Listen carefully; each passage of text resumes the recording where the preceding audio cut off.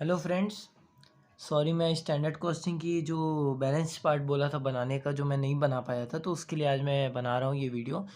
तो जिसमें अपन last video में जो अपन स्टैंडर्ड कॉस्टिंग का क्वेश्चन नंबर, ये आपको पेज नंबर 201 में जो क्वेश्चन है ये वाला, ये अपन ने कंप्लीट किया था, जिसको मैं बहुत अच्छे से समझाया था। आप लोग कोशिश की होंगी, आप लोगों को ये वाला क्वेश्चन बना होगा। अब इसके आगे का जो क्वेश्चन है वो अपन स्टार्ट करने होंगे, जिसमें मैं आपको बोला था 2-4 और क्वेश्चन प्रैक्टिस करेंगे और इस चैप्टर को अपन खत्म करेंगे।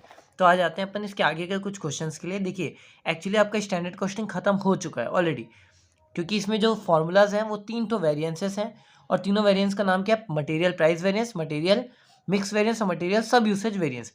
इसमें अब आपको लेबर वेरिएंस सीखना है, तो आज मैं आपको पहले तो लेबर वेरिएंस बताऊंगा, बट उसके पहले मैं आपको एक बार मटेरियल वेरिएंस के लिए बता देता हूँ कि आपको आगे कैसे प्रैक्टिस करनी है। देखिए, नेक्स्ट क्वेश्चन जो इस पेज में दिया है, ये क्वेश्चन और ये पीछे वाला क्वेश्चन एकदम सेम है।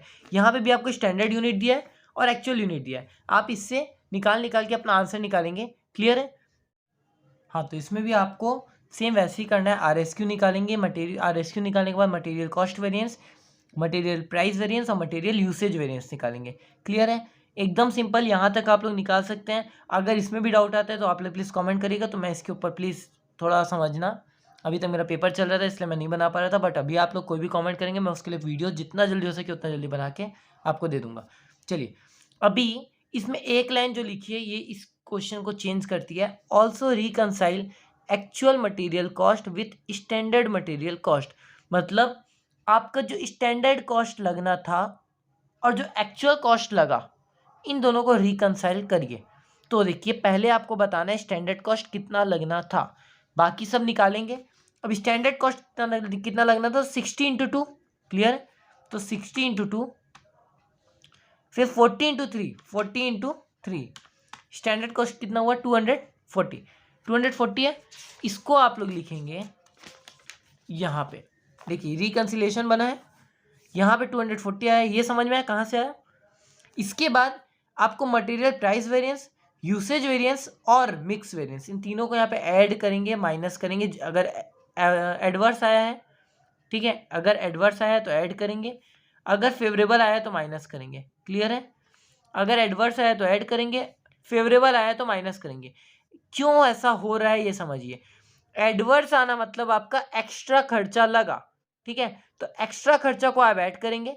फेवरेबल आना यानी आपका फायदा हो गया, तो आपका कम खर्चा लगा, तो इसको माइनस करेंगे, तो इससे आएगा आपका एक्चुअल कॉस्ट। अब ये 440 कहाँ से आया? तो ये भी देखिए, जैसे अपन स्टैंडर्ड निकाले वैसे ही अपन एक्चुअल भी निकालेंगे। देखिए, 80 × 3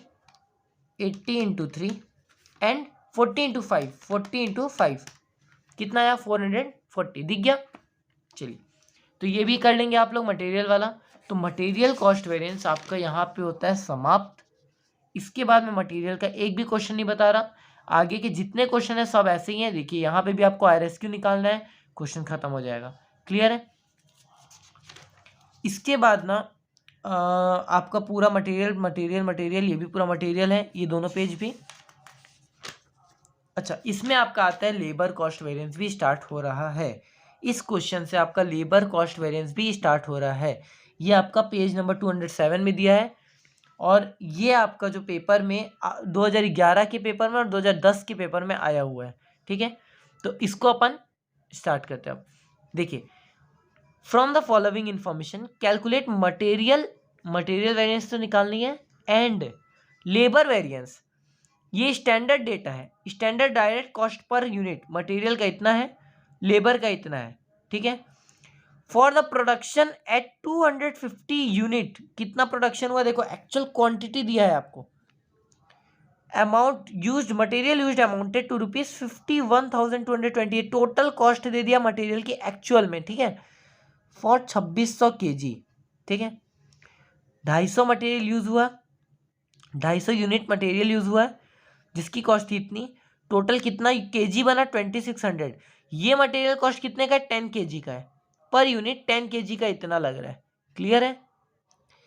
wages payment was 11,881 for 10,900 hours. तो ये 40 आवर्स है, यहाँ पे 10,900 आवर्स है, including 10 hours ideal time due to power failure. ये होता है पावर फेलियर, मतलब ये 10 घंटा जो है ना, इसका पैसा देना पड़ा, पर वो आइडियल टाइम था, मतलब यहाँ पे काम नहीं हुआ है पर उसका पैसा देना पड़ गया। क्लियर है? इतना समझ में आया? तो मटेरियल कैसे निकालोगे? सबसे पहले आपको निकालना है स्टैंडर्ड क्वांटिटी। देखिए टोटल आपको स्टैंडर्ड क्वांटिटी निकालनी है, 250 यूनिट है, ठीक है। पर यूनिट में कितना मटेरियल लग रहा है? 10 kg। पर यूनिट में कितना मटेरियल लग रहा है? 10 kg। आपके पास कितनी यूनिट बनानी है? 250 यूनिट। 250 इंटू 10 करोगे तो टोटल यूनिट आ जाएगी 2500 kg, ठीक है। कितना kg? 2500। एक्चुअल कितना kg लगा? 2600।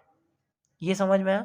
देखिए यहाँ क्या लिखा है, स्टैंडर्ड डेटा पर यूनिट का है इतना, तो अगर 250 यूनिट बन रही है, कितनी? 250 यूनिट। अगर एक यूनिट में 10 यूनिट 10 kg लग रहा है तो 250 यूनिट में कितना kg लगेगा? 2500 kg। समझ में आया? इतना समझ में आया? चलिए स्टैंडर्ड प्राइस की बात करते हैं। किसकी? स्टैंडर्ड प्राइस की बात करते हैं। 200 kg है, ठीक है, 200 रुपीज़ है, सॉरी। कितने kg का है? 10 kg का। तो पर यूनिट कितना लग रहा होगा? 20 पर kg। कितना रुपए? 20 पर kg। कितना लग रहा है? 20 पर kg। एक्चुअल क्वांटिटी कितनी है? 2600। तो आपका एक्चुअल प्राइस कितना आएगा? एक्चुअल क्वांटिटी है 2600, तो एक्चुअल प्राइस कितना आएगा? स्टैंडर्ड प्राइस तो आ गया 20 पर kg, एक्चुअल प्राइस कितना आएगा? देखिए एक्चुअल प्राइस आपका आएगा 51,220 डिवाइड बाई 2600, जो आता है 19.70 पर kg। समझ में आया? ये देखो बच्चे लोगों वाला गेम है। आपको टोटल 100 रुपये देना पड़ा, आपने 10 आइसक्रीम खाई, तो एक आइसक्रीम कितने की है? 100 डिवाइड बाई 10। आपको टोटल 51,220 रुपीज देना पड़ा 2600 kg का, तो 1 kg का कितना होगा? दोनों को डिवाइड कर दो ना बाबा। क्लियर है? समझ में आया? ये तो गया स्टैंडर्ड। मटेरियल का खत्म। मटेरियल में कोई भी डाउट हो प्लीज कमेंट करना, ठीक है। आगे चलते अपन किसमें? लेबर में। चलो भाई लेबर के पास चलते हैं। लेबर के पास पहुंचे। लेबर में क्या बोला था? स्टैंडर्ड टाइम कितना देंगे हम? 40 आवर्स। यहाँ लिखा है एक यूनिट के लिए हम 40 घंटा देंगे आपको। एक यूनिट के लिए हम आपको 40 घंटा देंगे। टोटल कितना यूनिट बना? 250 यूनिट। तो 40 इंटू 250 करोगे कितना आवर बनता है? 10,000 घंटा। एक्चुअल आवर कितना हुआ? 10,900 घंटा। समझ में आया? एक यूनिट के लिए 40 घंटा लगता है, टोटल 250 यूनिट बनी तो कितना घंटा लगेगा? 250 इंटू 40 जो कि आता है 10,000 घंटा। एक्चुअल घंटा कितना लगा है? 10,900 घंटा। समझ में आया? अब बात करते हैं स्टैंडर्ड रेट की। 40 घंटा लग रहा है, ठीक है, 40 घंटा लग रहा है, पैसा कितना लग रहा है? 40 रुपए।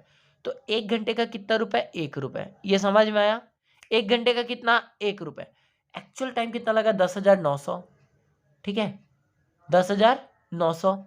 एक्चुअल घंटा कितना लगा? 10,900। एक्चुअल पेमेंट कितना हुआ? 11,881। इन दोनों को डिवाइड करोगे आ जाएगा actual time, actual rate per hour का। समझ में आया?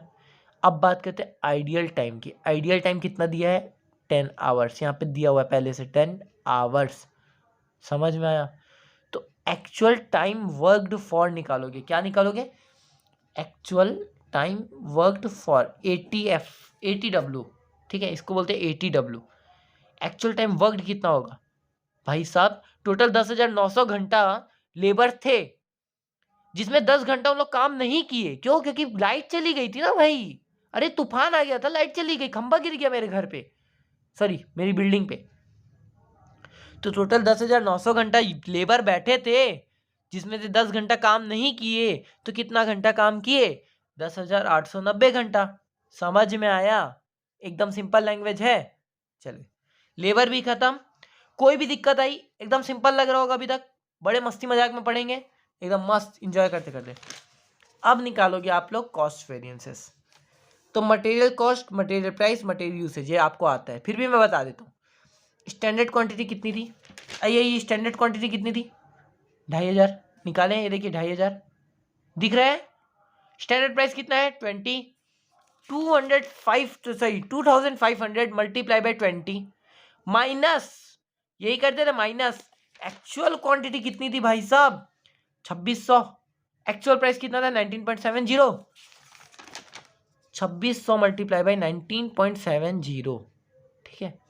अब अगर ना आप लोग को ज़्यादा कैलकुलेशन नहीं करना पड़ेगा तो देखिए पहले से कैलकुलेट करके दिया 51,220, अपन तो डिवाइड किया ना तब आया, यहाँ पे पहले से निकाल के दिया 51,220, तो इसको दोनों को माइनस करोगे तो आ जाएगा आपका 1220 एडवर्स। एडवर्स क्यों आया यहीं पे पता चल गया भैया, 20 रुपये लग रहा था, अपन सोचे थे स्टैंडर्ड प्राइस कितना है 20 पर केजी, एक्चुअल प्राइस कितना था 19.70, तो यार 30 रुपये का नुकसान हो रहा है ना, 30 रुपये का नुकसान हो रहा है ना, इसलिए यहाँ पे 30,000 रुपये का नुकसान आया। देखिए भैया 20 रुपये लगना था, 19.70 लगा, आप लोग समझे नहीं मेरी बात को। 30 पैसे का फायदा होना चाहिए, है ना। पर ये भी समझ लो यहाँ पे 100 घंटा ज़्यादा काम कर रहा है, 100 केजी ज़्यादा यूज़ कर रहे हो, तो इसको मल्टीप्लाई करोगे 100 से, देखो 100 इंटू 0.3,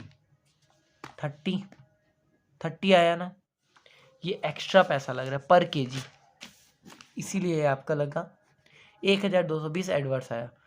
मटेरियल प्राइस वेरिएंस कैसे निकलता था, याद करो, देखो प्राइस है ना, प्राइस तो दो प्राइस का difference multiply by actual quantity, दो प्राइस का difference multiply by actual quantity, ठीक है। तो दोनों प्राइस तो आपको पता है 20 minus 19.70 multiply by actual quantity, तो आ गया 780, ठीक है। फेवरेबल आया, क्यों फेवरेबल क्यों आया, क्योंकि अपन का SP माइनस AP किए तो यहीं पे अपना पॉजिटिव में आंसर आया, ठीक है, पॉजिटिव में आंसर आया, इसलिए फेवरेबल है। ऐसी मटेरियल यूसेज निकालोगे, यूसेज की बात करते हैं, दो क्वांटिटी का difference multiply by standard price, दो क्वांटिटी का difference multiply by standard price, 2500 minus 2600, यहीं पे देखो एडवर्स आ जाएगा, देखो यहीं पे दिख रहा है 2500 माइनस 2600, ठीक है, मल्टीप्लाई बाई 20 एडवर्स। क्लियर है। मटेरियल तो अच्छे से आता है। लेबर की बात करते हैं, लेबर बहुत सिंपल है।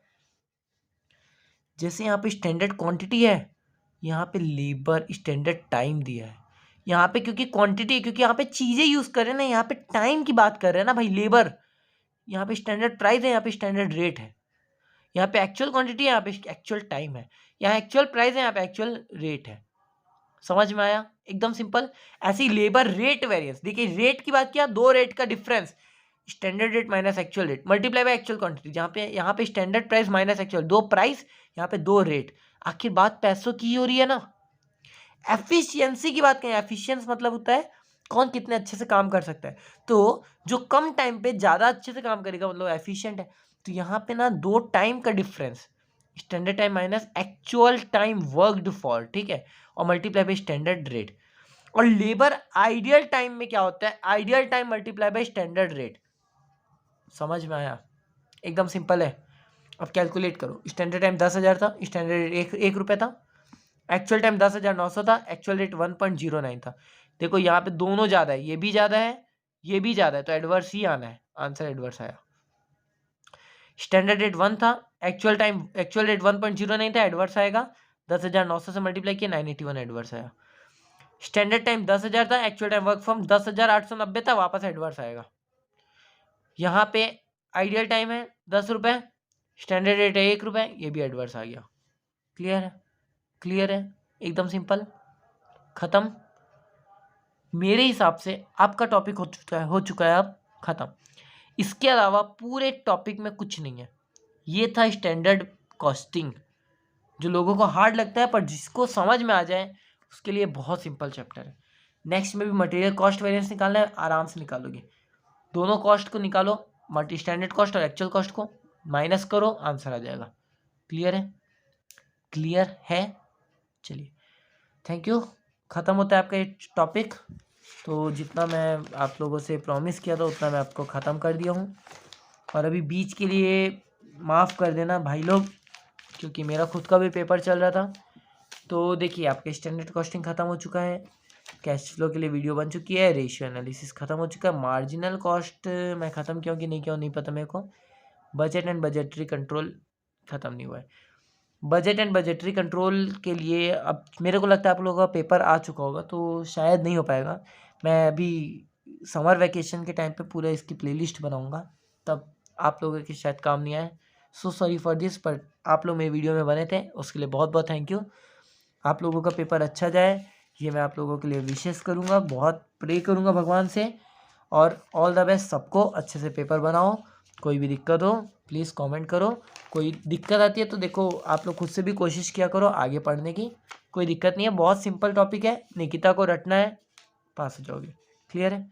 चलिए, thank you so much, good night everyone.